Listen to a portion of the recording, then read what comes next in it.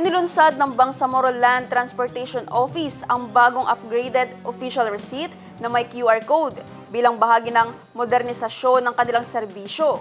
Sa pamamagitan ng QR code, maaari nang i-scan ng OR upang agad na lumabas ang detalye ng rehistro ng sasakyan sa Land Transportation Office IT System OR CR Verification Facility.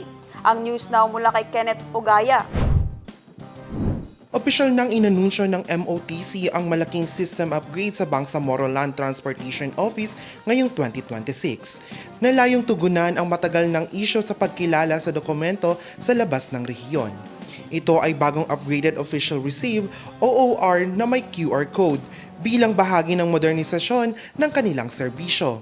Sa pamamagitan ng QR code, maaari nang i-scan ng OR upang agad nang lumabas ang detalye sa rehistro ng sasakyan sa Land Transportation Office IT System o ORCR Verification Facility.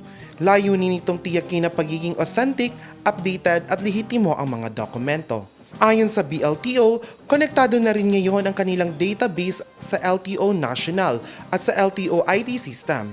Ibig sabihin, hindi na disconnected ang record ng mga sasakyang rehistrado sa BARM. Kahit na sa Davao, Manila o anumang national highway, makikita na sa central database ang impormasyon ng sasakyan.